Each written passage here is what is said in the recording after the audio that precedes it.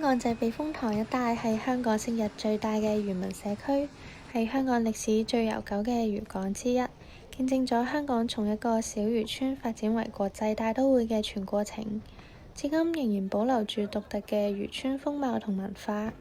隨住1960年遷置計劃嘅推行，豪華遊艇同機動漁船逐漸取代咗昔日嘅漁船。儘管係咁，香港仔漁港仍然保留住濃厚嘅漁業文化。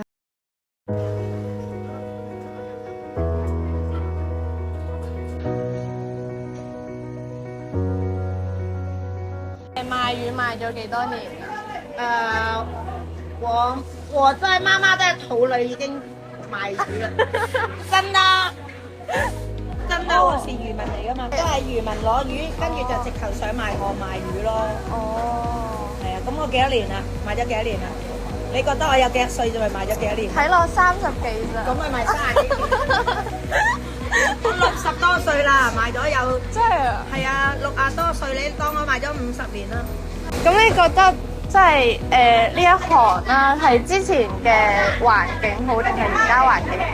當然係啦，我哋細個嗰陣時，即係早30年前係每一家一戶日日都煮飯嘅，或者煮2餐。而家你問下你媽咪係咪日日煮飯？可能一個禮拜煮4餐，以前一日煮3餐，而家一個禮拜煮4餐。咁你話而家好定之前好？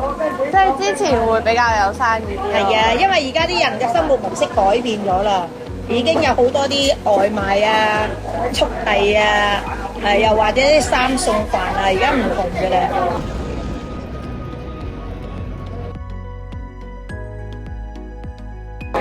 你唔覺得啲嘢平咗好多嘅咩？比以前平咗好多。係啦，因為冇乜人買就會平嘅咧，個需求細咗就係咪？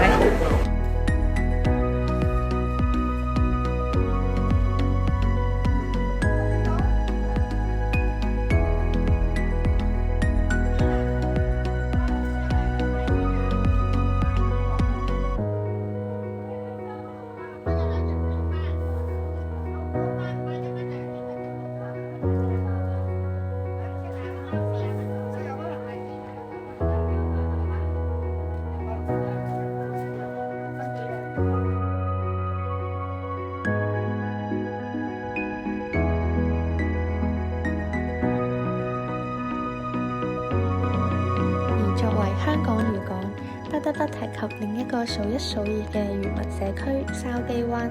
筲箕灣都係香港從漁村走向現代化嘅一個縮影。18世紀中葉，有漁民發現呢度係一個絕佳嘅避風港，便陸續將漁船停泊喺度，逐漸形成咗一個漁村，係當時香港島北岸最大嘅漁村之一。如今嘅筲箕灣早已經唔係昔日嘅漁村，高樓林立，交通便利，但仍有不少漁民喺度堅守咗幾十年嘅漁業生產。而香港漁業嘅逐漸衰落，亦都成為咗佢哋無可奈何嘅難題。做咗咁耐，你覺得呢一行嘅環境係之前好啲定係而家好啲？之前好啲啦。點解啊？香港成個大環境唔好嘅。即係而家香港環境即係節奏快咗就。快啲過嚟啊！即係咪有落差同埋啲人嘅消費模式變咗啦，消費模式都變咗啦，即係而家有啲人中意去旅行啦，咁樣留低香港消費嘅機會嚟。香港而家係咪啲魚平咗啊？係啊，因為東南亞同埋中國嗰個養殖業咧就係發達咗嘅，佢係即係先進咗咯。即係以前好似你早20-30年前，你養魚嗰個死亡率係高咗嘅，而家個死亡率係低咗嘅，所以變成佢會拉翻低呢個房價。即係進口都多咗。係進口都多咗。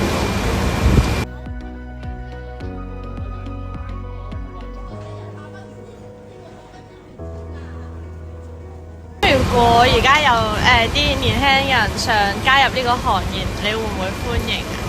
我歡迎，但冇人肯做咯。會嘅咩？係啊，好辛苦㗎。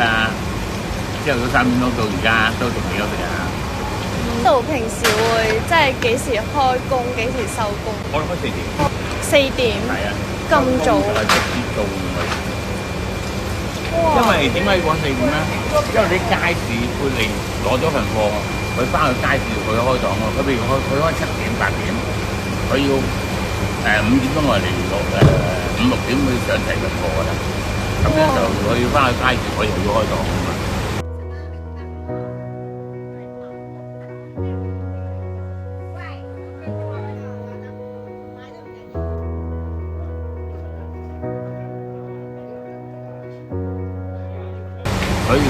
所以咪嗰個循環係，我哋要早過佢啊！我哋要準備打嘢俾佢，佢上咗啲貨，咁樣佢又要翻去開檔，咁樣我哋又可以正常就1、2點會收工。1、2點。1、2點收工。哦，咁即係你哋而家都差唔多收咯。今日禮拜六就係晏啲。即係要我要整完經日貨。